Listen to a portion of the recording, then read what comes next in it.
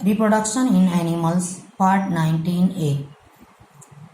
In this part, we will talk about gastrulation.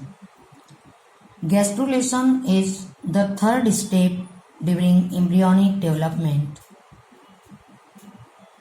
It is the process of formation of gastrula from blastocyst. Gastrula is the structure with three germ layers, that is ectoderm, mesoderm and endoderm. And gastrulation begins at 8th day after fertilization. Gastrulation embryonic development की third step होती है और इस दौरान blastocyst gastrula में convert होता है। Gastrula वो स्ट्रक्चर होता है जिसमें तीन जर्म लेयर बनती हैं, एक्टोडर्म, मेसोडर्म और इंडोडर्म, और ये प्रोसेस शुरू होता है at the 8th day after fertilization, जब ब्लास्टोसिस्ट यूटेरस की वॉल में इम्प्लांट हो जाता है। उसके बाद गैस्ट्रुलेशन का प्रोसेस शुरू होता है, जो आप प्रीवियस लेक्चर में पढ़ चुके हैं। इम्प्लांटेशन के बाद इसकी आउटर लेयर, ब्लास्टोसिस्ट की आउटर लेयर ट्रोफोब्लास्ट, ये दो लेयर में अलग होती है। इनर लेयर होती है सेलुलर, जो सेल से बनी हुई होती है। ये लेयर कहलाती है साइटोट्रोफोब्लास्ट, और आउटर लेयर बनती है जो नॉन सेलुलर होती है, यानी ये सिर्फ साइटोप्लाज्म से बनी हुई होती है। इसमें सेल्स अलग नहीं होते हैं और इस साइटोप्लाज्म में बहुत सारे सेल होते हैं। इस कंडीशन को बोलते हैं सिनसाइशियम, और ये लेयर कहलाती है सिनसाइशियोट्रोफोब्लास्ट। इन दोनों लेयर के बनने के बाद इनर सेल मास के सेल्स दो लेयर में डिवाइड होते हैं। आउटर लेयर कहलाती है एपीब्लास्ट या एक्टोडर्म, और इनर लेयर कहलाती है हाइपोब्लास्ट, जो बाद में इंडोडर्म बनती है। सो ये सेकंड चेंज आता है। फर्दर डेवलपमेंट होता है, उसमें एपीब्लास्ट के सेल्स डिवाइड होते हैं, और ये डिवाइड होने के बाद एक केविटी डेवलप करते हैं, और ये केविटी कहलाती है एमनियोटिक केविटी, और इसके अतराफ जो कवरिंग डेवलप होती है वो कवरिंग सेलुलर कवरिंग कहलाती है एमनियन। सो एपीब्लास्ट से एमनियोटिक केविटी डेवलप होती है, उसमें फ्लूइड होता है, एमनियोटिक फ्लूइड।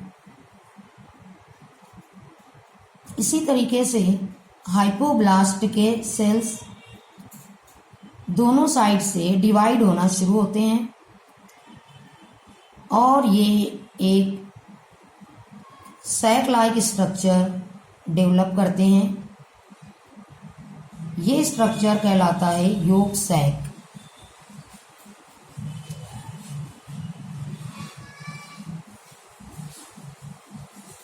फर्दर डेवलपमेंट में इसी योक सैक के सेल्स डिवाइड होते हैं और ये एमनियोटिक कैविटी और योक सैक को हर तरफ से कवर करते हैं। ये एक सेलुलर कवरिंग बनती है around amniotic cavity and yolk sac, और ये सेलुलर लेयर कहलाती है एक्स्ट्रा एम्ब्रियोनिक मेसोडर्म।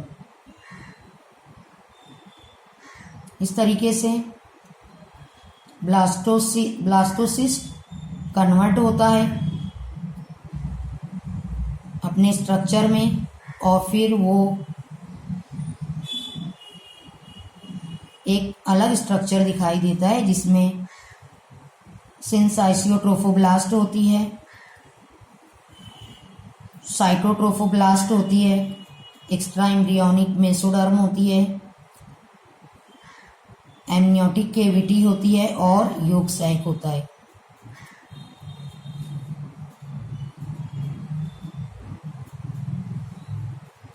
और फिर ये फर्दर डेवलपमेंट में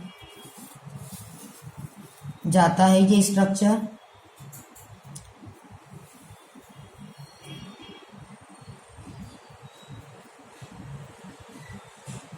और एक्स्ट्रा एम्ब्रियोनिक मेसोडर्म के सेल्स सेपरेट होते हैं,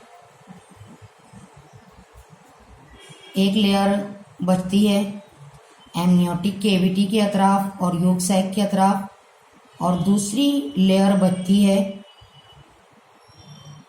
साइटोट्रोफोब्लास्ट से अटैच, और फिर बीच में एक कैविटी डेवलप हो जाती है। सिर्फ एक जगह पर एक्स्ट्रा एम्ब्रियोनिक मेसोडर्म के सेल्स एक स्टॉक लाइक स्ट्रक्चर बना देते हैं। ये स्टॉक लाइक स्ट्रक्चर कहलाता है अम्बिलिकल कॉर्ड।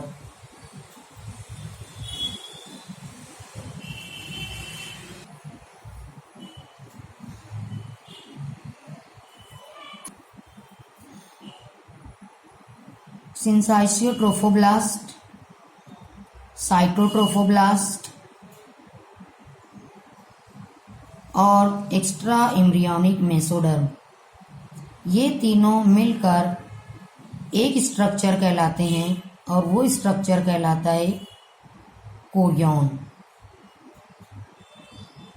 यही कोरियन बाद में प्लेसेंटा बनता है,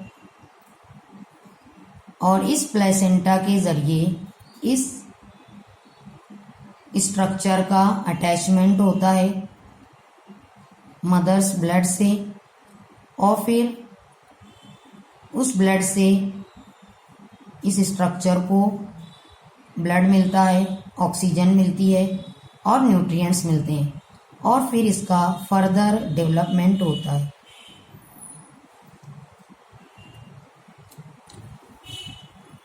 आगे का स्ट्रक्चर हम पार्ट 19B में ऑब्जर्व करेंगे।